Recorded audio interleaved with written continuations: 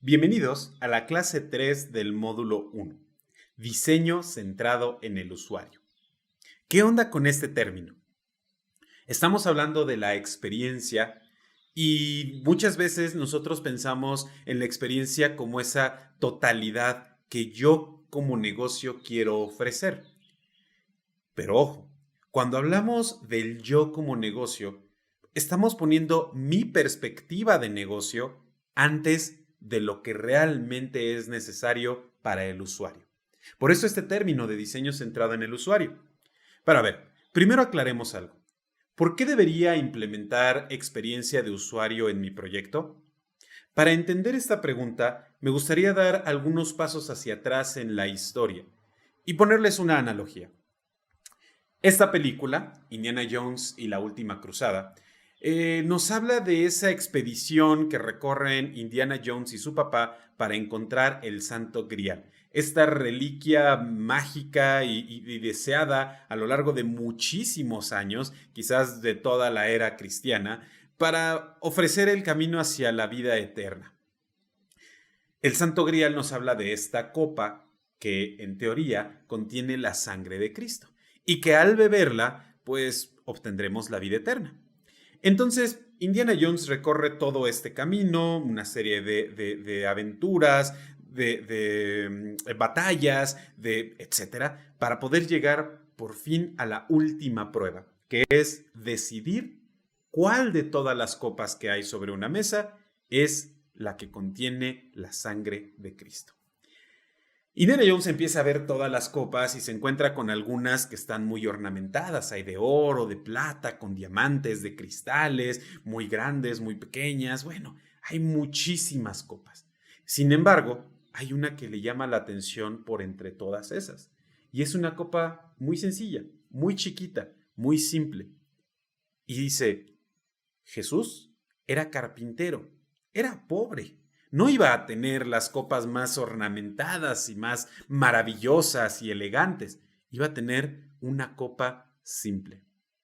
Toma la copa y bebe. Y amigos, ese era el Santo Grial. El diseño, muchas veces nosotros lo concebimos como algo que inherentemente es de lujo.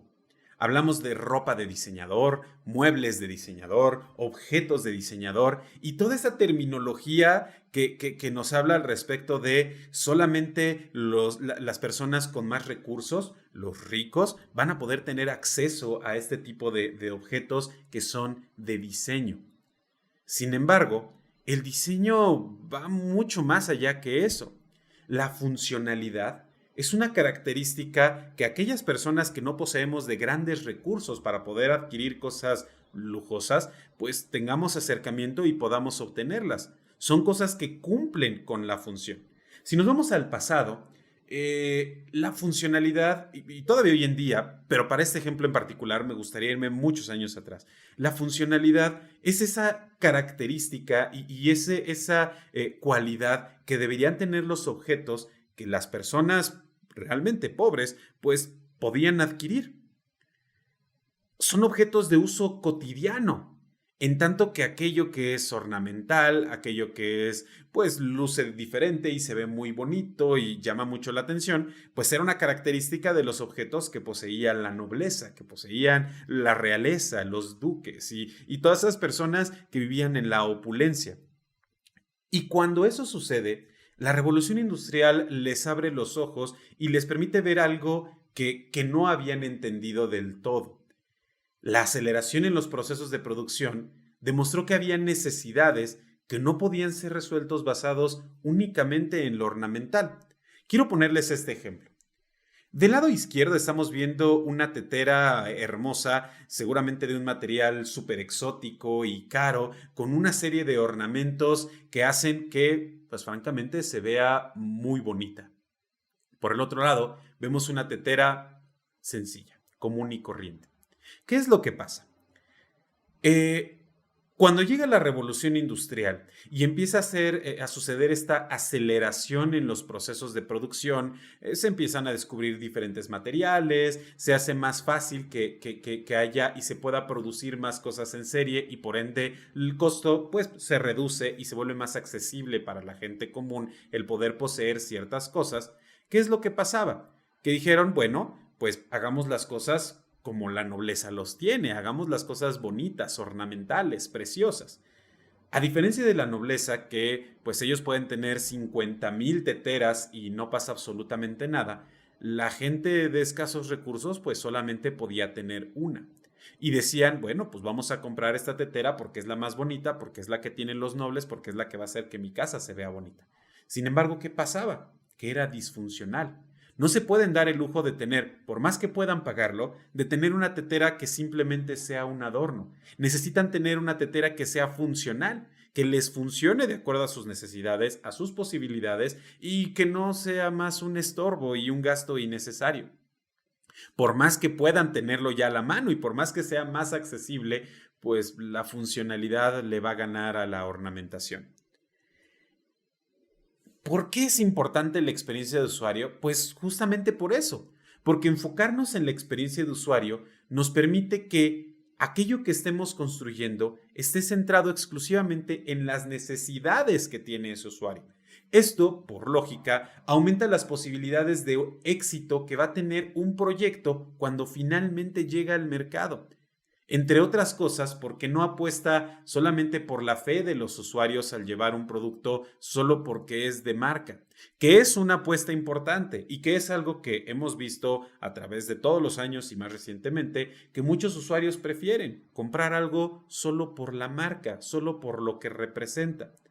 Sin embargo, si no solamente nos enfocamos en eso, sino también en qué tan usable puede ser esto, qué tan funcional es de acuerdo a los escenarios y contextos, pues definitivamente el éxito va a ser mucho, mucho mayor.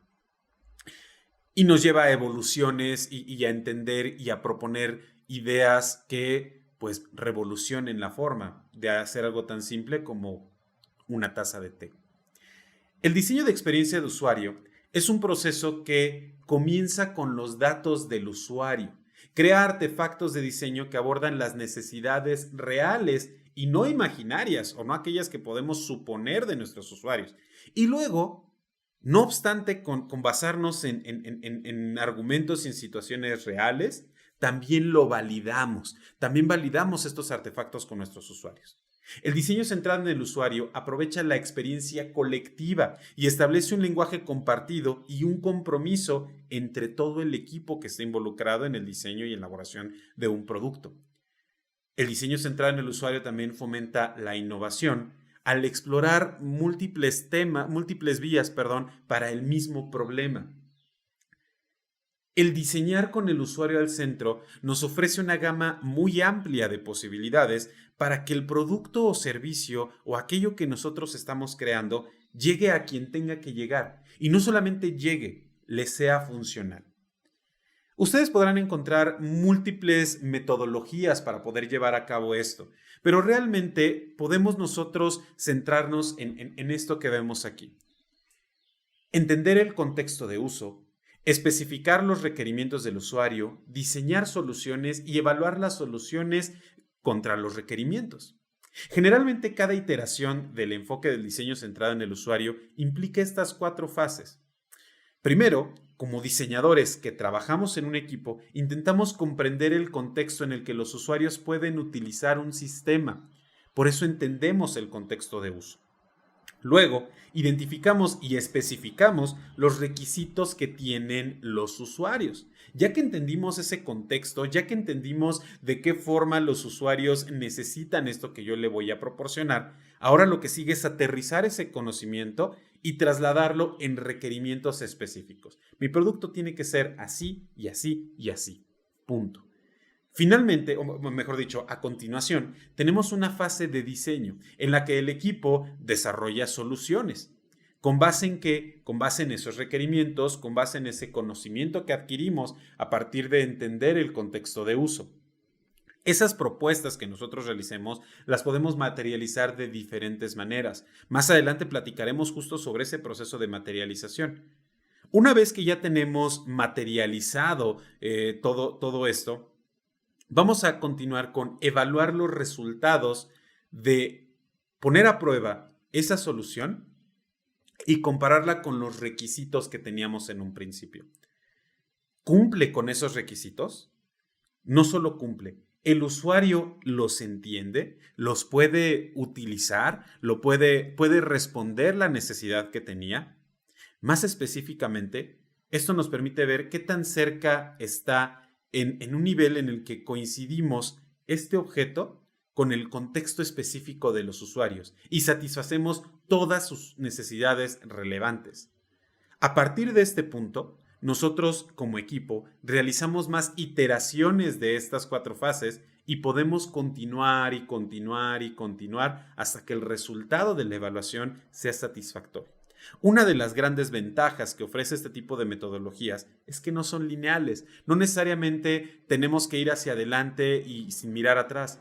No, nos permite la posibilidad de regresar cuando sea necesario. En esta parte de la evaluación nosotros podemos regresar al punto de diseño, al punto de especificar los requerimientos, inclusive al punto del entendimiento del contexto. Y así en cada una de las fases. Mientras estamos diseñando, si nos damos cuenta que hay algo que no entendemos a la perfección, podemos regresarnos a cualquiera de los niveles anteriores. Y así sucesivamente. Este tipo de metodologías nos permiten trabajar de esta forma, nos permiten trabajar de una manera en donde siempre estemos al pendiente de cubrir con las necesidades de acuerdo a lo que hayamos identificado en esta fase de contexto. El diseño centrado en el usuario nos ofrece múltiples variaciones de este proceso. Esto lo podemos incorporar en enfoques que van de cascada, en enfoques ágiles, en Scrum, etc. Depende de nuestras necesidades. El proceso de diseño centrado en el usuario se compone de varios métodos y tareas. Lo que estamos desarrollando, nuestros requisitos, nuestro equipo, el cronograma y el entorno en el que vamos a desarrollar nos va a ayudar a determinar qué tareas debemos realizar y en qué orden debemos hacerlo. El trabajar con el diseño centrado en el usuario nos hace darnos cuenta de cosas tan importantes como qué tan oportuno es crear una herramienta en un momento determinado. Recientemente hemos vivido en una situación que nos ha obligado a cambiar la forma en la que trabajamos, la forma en la que resolvemos nuestros problemas. A raíz del acontecimiento de salud que vivimos desde el año 2020, realmente nuestra forma de utilizar herramientas y de enfrentarnos a nuestra cotidianidad ha cambiado bastante. Nos hemos entregado y nos hemos apropiado de más y más y más recursos tecnológicos para poder cumplir con nuestras necesidades básicas y con nuestras necesidades profesionales y académicas. Por eso, en la siguiente clase vamos a platicar de la experiencia de usuario y el lugar que ocupa en este término llamado transformación digital. Acompáñenme en la siguiente clase para descubrir un poco más sobre estos temas. Los veo por allá.